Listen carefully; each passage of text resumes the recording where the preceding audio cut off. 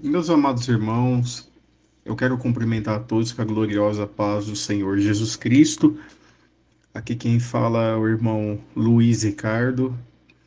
Vamos aprender mais um pouquinho da palavra do nosso Deus no estudo que a gente iniciou de apologética no campo da heresiologia.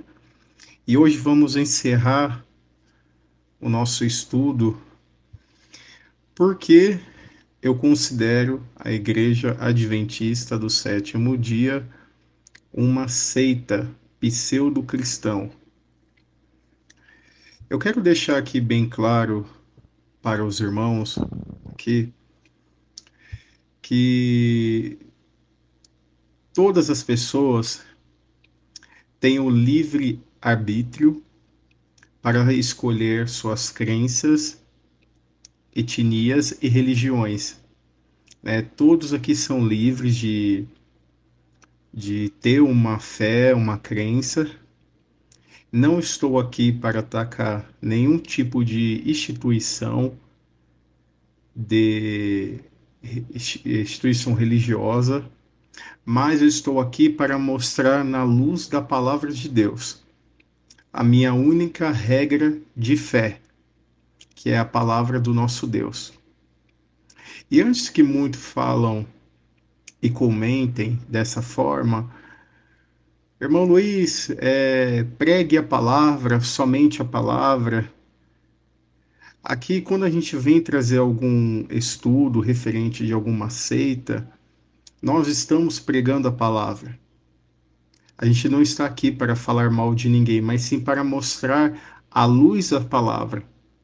Porque existe muitos irmãos, né, que por pouco conhecimento na parte bíblica vão entrando em alguns pontos que ouve de uma pessoa, ouve de outra pessoa, mas no fundo a palavra de Deus não diz isso, né? E por isso o intuito desse canal aqui, desses estudos, não é ofender, não é criticar, mas sim mostrar conforme a palavra de nosso Deus. Amém? Então eu convido você a se inscrever, dê o seu like, comentem aqui no vídeo, aqui abaixo, que que vamos ler e, se possível, vamos responder a todos, tá bom? Como todo mundo sabe, a Igreja Adventista, né, ou movimento adventista, teve início com um pregador chamado Guilherme Miller. Miller, ele não era um acadêmico bíblico, porém era um estudioso da palavra, e ele leu no livro de Daniel sobre uma profecia da purificação do templo. Miller fez uma interpretação do texto, né, uma exegese do texto, né, segundo a visão dele, que Deus ia purificar, né, o templo até 2300 tardes e manhãs. Miller, ele entendeu que seria esses dias literais. Ele fez um cálculo, marcou a volta de Jesus Cristo em março de 1843. Jesus não voltou, né? Fez um novo cálculo com seus seguidores e marcou essa data para 22 de outubro de 1844, que conhecemos como grande desapontamento, tanto na heresiologia, né, nos estudos, como até mesmo na história da Igreja Adventista, está conhecido com esse nome, o Grande Desapontamento. E quando eu trago pela luz da palavra de Deus, né, que no livro de Deuteronômio, né, Deus vai falar, capítulo 13, sobre o falso profeta.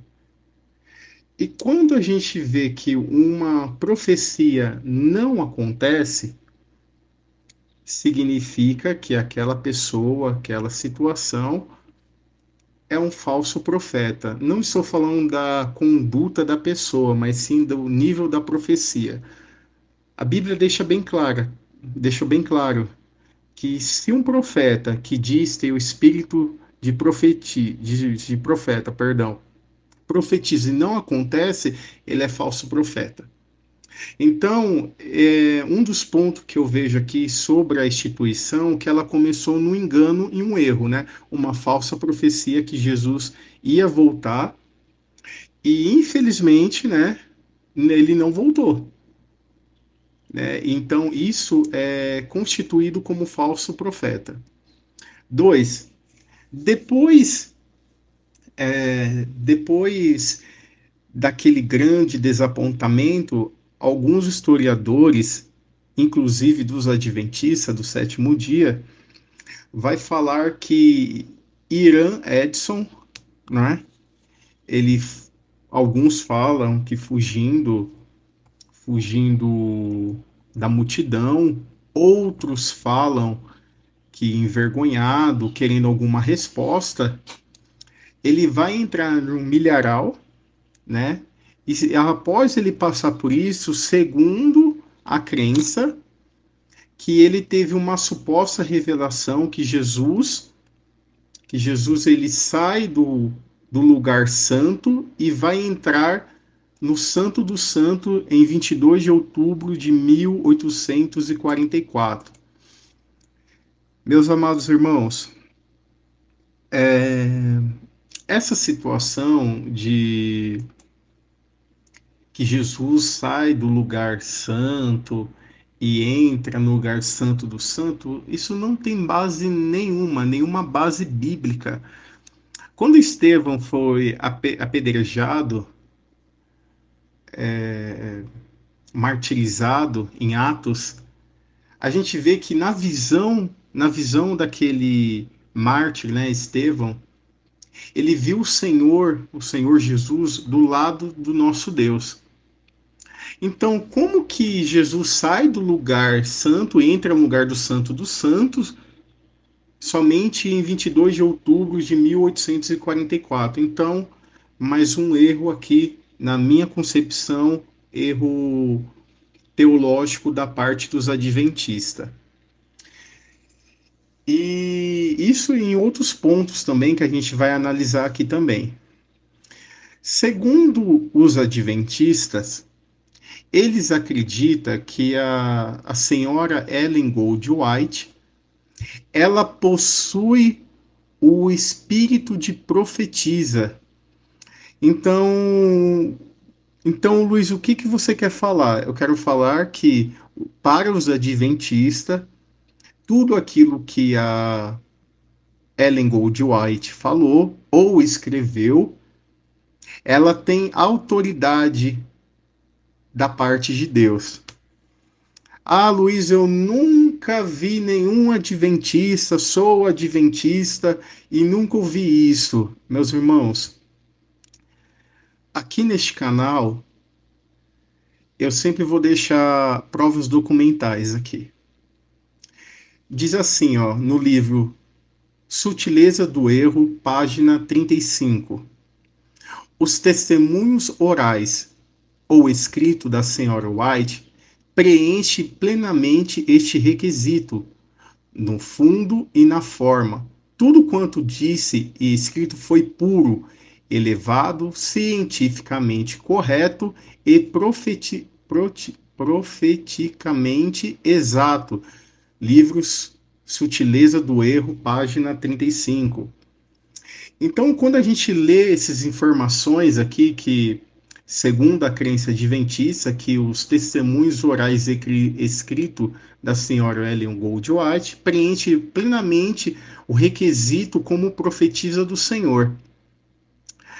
Vamos ler também onde está escrito o livro Estudando Juntos, página 86. Olha o que diz. Os adventistas do sétimo dia acreditam que o genuíno dom de profecia seria manifesto na igreja através das mensagens ou escritos de Ellen Gold White. eles são cumprimento de Apocalipse 12, versículo 17. Livro Estudando Junto, página 86. Então, novamente, uma prova documental que os adventistas acredita que os manifestos dos dons da profecia, com base em Apocalipse 12, versículo 17, está se cumprindo nessa profeta chamada Ellen Gold White. Vamos para mais outra prova documental? Revista dos Adventistas de 1984, página 37. Negamos que a qualidade ou grau de inspiração dos escritos de Ellen Gold White seja diferente dos encontrados nas escrituras sagradas. Meus amados irmãos, essa prova documental aqui eu vou precisar ressachar um pouco mais, né? Olha o que os adventistas escrevem. Negamos que a qualidade ou grau de inspiração dos escritos de Ellen White seja diferente do encontrados nas escrituras sagradas. O que os adventistas falam sobre Ellen Gold White? Que os escritos dela é do mesmo nível, no mesmo patamar que a palavra de Deus. E a Bíblia vai falar que toda a palavra de Deus foi inspirada pelo Espírito Santo de nosso Deus. Toda a palavra de Deus. Paulo vai escrever a Timóteo sobre isso, que toda a palavra de Deus é inspirada. Mas para os adventistas, ele fala que os escritos dela tá no mesmo nível que a palavra de Deus. Olha o nível de heresia dessa instituição. Como que uma pessoa, um ser humano, tem o mesmo nível que a palavra de Deus? Irmão Luiz, mas a Bíblia não foi escrita por homens? Sim. A Bíblia não foi escrita por pessoas comuns, mas inspirado por Deus? Sim. Mas todas essas pessoas que foram inspiradas pelo Espírito Santo, e tudo é verídico, mas quando a gente lê os escritos de Ellen White, O Grande Conflito, Estudando Juntos, Sutileza do Erro, perdão, e outras acadêmicos dessa suposta profetisa, a gente vê muitos erros que hoje é comprovado cientificamente. Ela falava que sobre o café, sobre algo, perdoe aqui os canais, sobre a masturbação, falava sobre adereço do cabelo. Meus irmãos, tudo isso daí é falsa profetisa.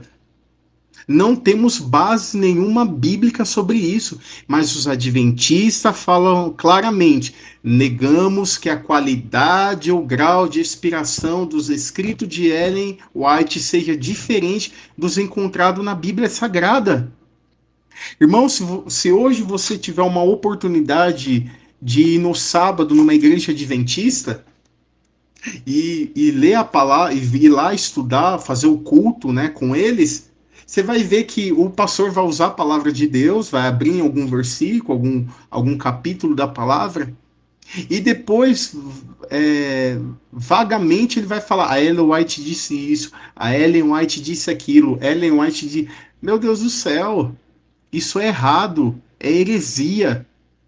Nós, como os estudantes da palavra de Deus, nós temos homens de referência, homens que estudaram a palavra, homens que deram exemplo, mas não significa que a gente coloca ele em um patamar elevado, que não, esse homem aqui foi perfeito, esse homem é isso aqui, aquela mulher foi isso aqui. Não, tá errado. Mas para a igreja adventista do sétimo dia, eles falam veementemente que aquilo que a Ellen White escreveu é verídico, é igual à palavra de Deus.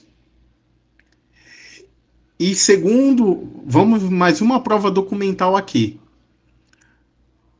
Primeiros Escritos, página 258. Olha o que vou falar. E disse o meu anjo assistente, ela supostamente tinha um anjo, ai de quem mover um bloco ou mexer num alfinete dessas mensagens. A verdadeira compreensão dessas passagens é de vital importância. O destino das almas depende da maneira em que forem elas recebidas. Primeiros Escritos, página 258, meus queridos irmãos. Segundo, segundo a crença, os escritos dela, o anjo falou: ai de aquele que mover algum alfinete dessa mensagem, porque é verdadeira compreensão dessas mensagens de vital importância. O destino das almas depende da maneira que foram recebidas. Meus irmãos, quando eu leio a Bíblia em João 14, Jesus vai falar assim: eu sou o caminho, a verdade e a vida, e ninguém vem ao Pai a não ser por mim. Só que na visão aqui, segundo a sua profetisa, fala que é de uma vital importância, o destino das almas depende da maneira em que foram recebidas. Meus irmãos, isso aqui é uma heresia. Vamos ver outros erros que, que a igreja também fala. Então você viu que ela começou em um erro de uma falsa profetada, né, que foi do Guilherme Miller, né, profetizou e não aconteceu. Eles acreditam que Ellen Goldwhite é uma profetisa do Senhor.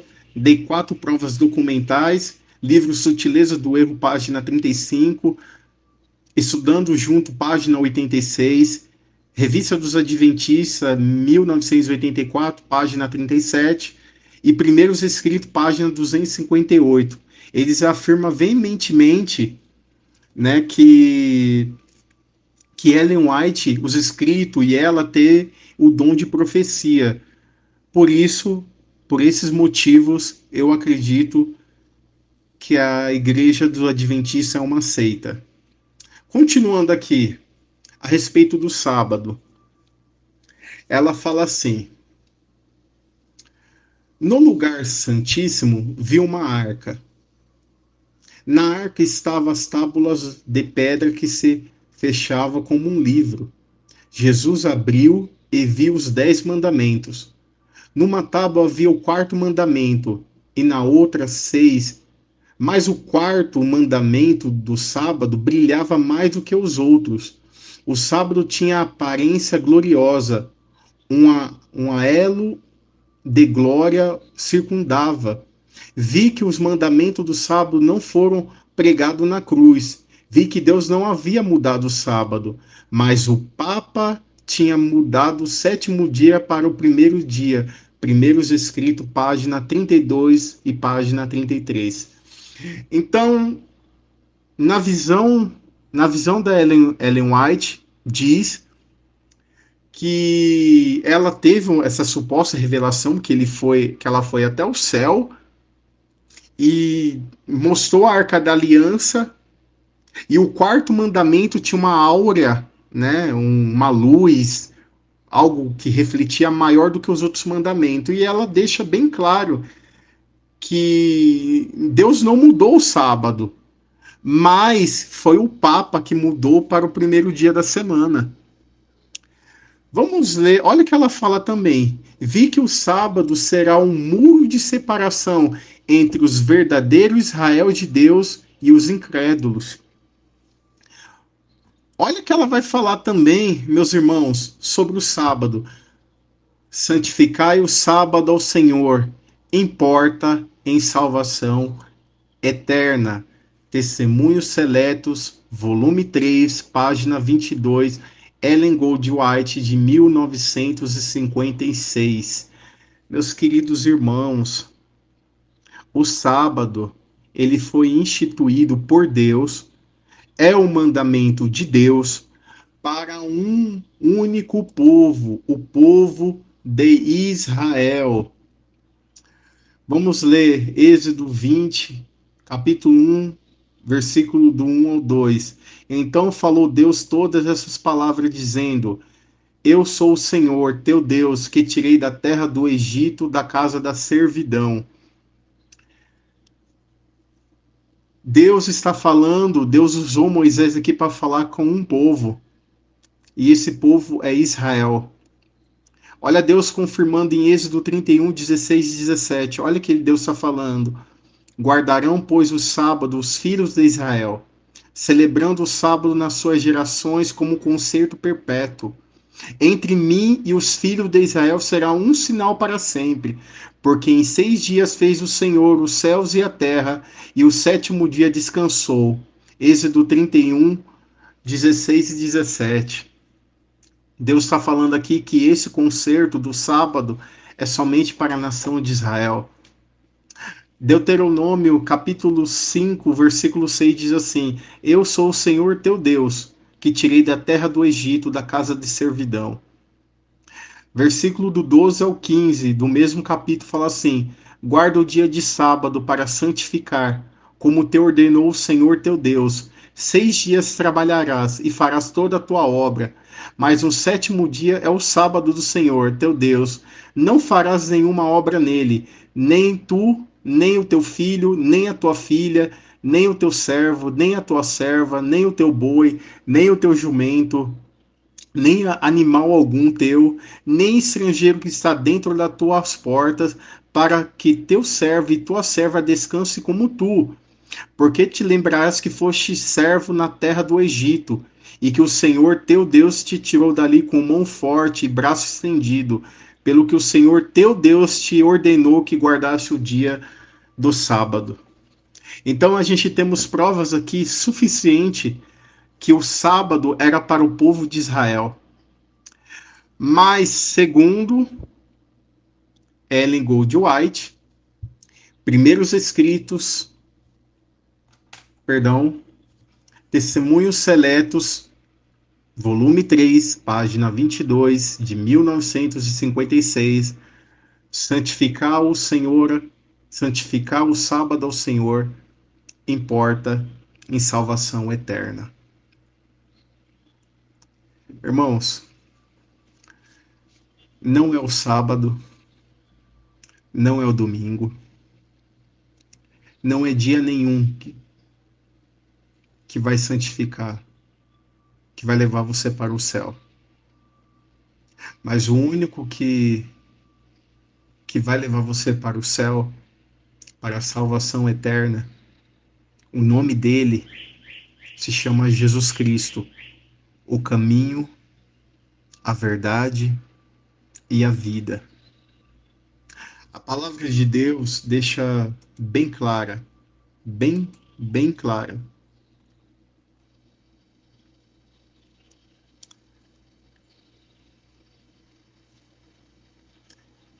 Quando a gente lê,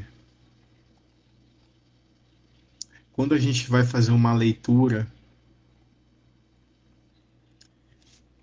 em Romanos, capítulo 14, do 5 ao 6, Paulo ele deixa bem claro dessa forma. Um faz diferença entre dia e dia, mas o outro julga iguais todos os dias. Cada um esteja inteiramente seguro no seu próprio ânimo. Aquele que faz caso do dia, para o Senhor o faz. Romanos 14, do 5 ao 6. O apóstolo Paulo, ele vai ressaltar a igreja que está em Roma, que alguns fazem a separação, um guardam o sétimo dia, outro guarda o primeiro dia da semana. Mas se você faz isso para Deus, para somente Deus, que você faça para o Senhor.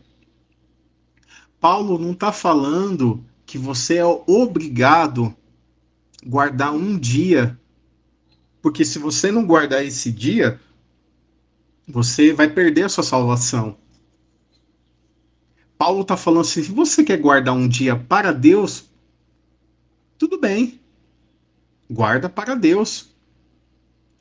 Mas Paulo não está falando aqui sobre você é obrigado a guardar um dia, não. Mas ele está falando, deixa bem claro, se você faz isso, que faça para o Senhor. Diferente do que é anunciado pelos adventistas. Se eu não guardar o sábado, eu não tenho a salvação eterna. Meus amados irmãos, isso é uma heresia. Isso é errado, isso é antibíblico. Jesus falou em Mateus capítulo 11: Vinde a mim todos que estáis cansados e oprimidos, eu vos aliviarei. Então, o que Jesus está falando aqui, que Ele é o nosso descanso. A gente não descansa em um dia da semana, indiferente sábado, domingo, segunda, terça, quarta, quinta, sexta. A gente não descansa em um dia, mas descansamos em uma pessoa. E essa pessoa é Jesus Cristo, nosso Senhor. Colossenses capítulo 2, versículo 16 e 17 diz assim: Portanto, Paulo escrevendo para a igreja em Colosso, dessa forma, falando para cristão. Portanto, ninguém vos julgue pelo comer, ou pelo beber, ou por causa dos dias de festa, ou por lua nova, ou dos sábados, plural, que são sombras das coisas futuras, mas o corpo é de Cristo. Paulo está falando que o cristão ele não deve ser julgado por nada. Por quê? Porque tudo isso daí, o comer, o beber, dia de festa, ou de lua, ou do sábado, é sombra, é um tipo do que é ter no futuro, que é o antítipo, que é Jesus Cristo. Tudo isso aponta para uma pessoa, um Salvador, que é Jesus Cristo. Atos capítulo 15, versículo 28 e 29. Todo mundo sabe desse versículo que vai falar sobre o primeiro concílio da igreja, alguns vão falar, que sobre a situação entre o gentil e os judeus. Igreja que estava reunida fala dessa forma. Na verdade, pareceu bem ao Espírito Santo e a nós, que não vos impor mais cargo algum, senão essas coisas necessárias. Olha que Olha o início do capítulo. Na verdade, pareceu bem ao Espírito Santo e a nós. Pareceu bem a Deus e aos apóstolos, que não vos importai mais em cargo algum, senão essas coisas necessárias. Qual? Que vos abstineis das coisas sacrificadas aos ídolos. Paulo vai falar que por detrás dos ídolos tem demônio, na carta aos Coríntios, e do sangue e da carne sufocada, e da fornicação, dessas coisas pareceu bem se vos guardar. Então, o que estava acontecendo no capítulo 15? Os gentios que aceitaram a Jesus Cristo estavam tendo sobre eles uma pressão daquelas pessoas que aceitaram a Jesus Cristo, mas era judia. E falou, não, para você aceitar, para ser um verdadeiro cristão, você tem que seguir os fundamentos da lei. E Paulo, ele tomado, falou, não, a gente precisa resolver isso daqui, vamos para Jerusalém. E depois disso ele se reúne com os apóstolos, é só ler o capítulo todo, e vai falar dessa forma: pareceu bem ao Espírito Santo e a nós. O que pareceu bem? Que aqueles que aceitam Jesus Cristo, que é gentil, que não deveis comer sacrifício de ídolos, coisas sacrificadas a ídolos, sangue e carne sufocada e a fornicação. Então essas coisas a igreja determinou que o gentio não venha praticar, porque pareceu bem ao Espírito Santo. Só que quando eu vejo essa situação aqui, santificar o sábado ao Senhor importa em salvação eterna para um gentio como eu entendo, se eu não guardar o sábado, eu não vou ser salvo. E lá no primórdio da igreja adventista, nenhum deles guardava o sábado. A própria história da igreja vai falar assim: livros primeiros escritos, prefácio da história, volume 22 diz assim: o pastor Bates, o apóstolo da verdade sobre o sábado, tomou a liderança em advogar a obrigatoriedade da guarda desse dia. Livro primeiros escrito, prefácio da história, volume 22. Então, no início da igreja, quem determinou o sábado foi um pastor chamado Bates. E, e continuando, ela escreve assim: o grande conflito. O que pôs a mudança do sábado senão um sinal da autoridade da Igreja de Roma, a marca da besta.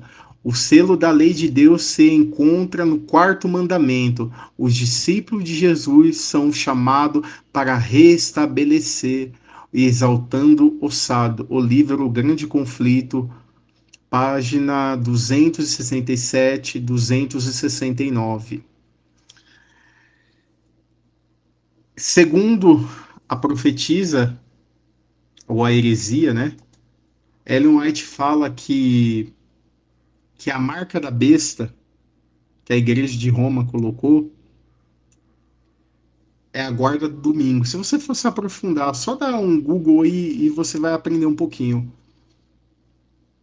Mas o selo de Deus é o quarto mandamento.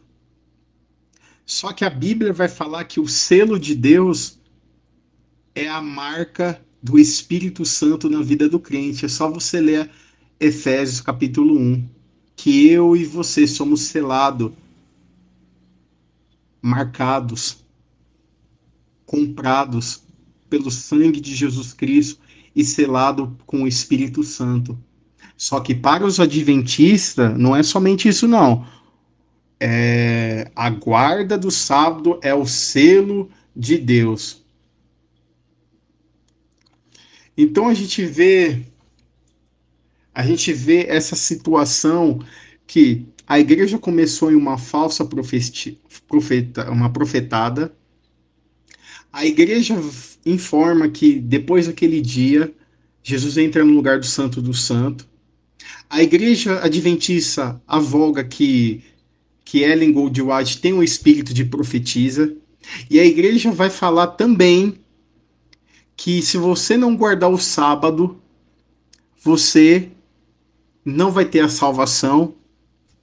E o último ponto aqui que eu quero ressaltar, que depois do juízo investigativo, que segundo a crença deles, segundo a crença, que depois de terminar Jesus fazer a verificação de todos os nomes, que na visão deles, Jesus entra em 22 de outubro, depois de terminar tudo isso, Jesus vai pegar a culpa, o pecado da humanidade, justos, ímpios, e vão colocar nas costas de Satanás.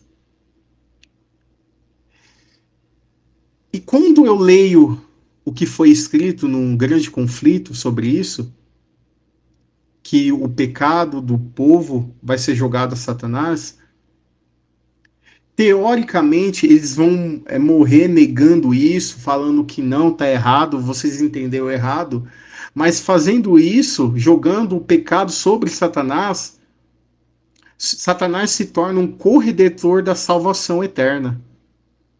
Só que a Bíblia fala que Jesus ele tomou sobre si os nossos pecados e levou sobre si no Calvário. Isaías 53, todo mundo aqui conhece essa passagem. Então, Isaías vai escrever, inspirado pelo Espírito Santo de Deus, ele sim é inspirado por Deus, vai falar que Jesus Cristo, ele pega o pecado e é colocado sobre ele. E Jesus vai falar na cruz do Calvário, em João, capítulo 17, que ele vai falar dessa forma: está consumado. Aquilo que separava o homem de Deus, o pecado, já está consumado. Na minha Bíblia, na palavra de Deus, nas escrituras sagradas, fala claramente que Jesus levou sobre si as nossas enfermidades, os nossos pecados estavam sobre ele. E sobre as suas pisaduras nós fomos sarados. Só que a igreja adventista fala que quando Jesus terminar, ele vai pegar todos os pecados, vai falar, ó, aqueles pecados que eu peguei, ó, eu tô colocando nas suas costas, porque você vai ter que carregar os pecados da humanidade toda. Meu Deus, isso é uma heresia, irmãos. Os irmãos estão entendendo aqui, eu não quero, de volta a repetir, eu não quero ofender ninguém aqui, mas estou trazendo a luz da palavra de Deus. A igreja adventista é uma seita porque iniciou em um erro profético. Acredita que Jesus entrou no lugar santo em uma data tal, tá errado. Segundo, acredita que uma mulher tem um dom de profetiza, que ela é inerrante, que os escritos dela é idêntico à palavra de Deus, tá errado. Acredita que um dia da semana, se você não guardar, você perde a salvação. Fala também que nos últimos dias, quando Jesus terminar o juízo investigativo, que é uma outra heresia da parte deles, vai falar que vai pegar o pecado da humanidade e jogar sobre Satanás.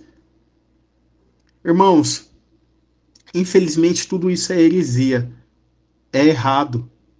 Por isso eu considero a igreja adventista do sétimo dia como uma seita. Você que faz parte dessa instituição e acabou de ouvir essa palavra, esse estudo, não julgue, mas tenta analisar cada ponto que eu falei aqui. Analisa, faça uma exegese do texto bíblico e faça uma leitura dessa suposta profecia para ver se bate. E você vai ver que você foi enganado a vida toda. Ah, irmão Luiz, eu tô na igreja adventista e eu não ouço nada disso. Eles não vão falar sobre isso abertamente.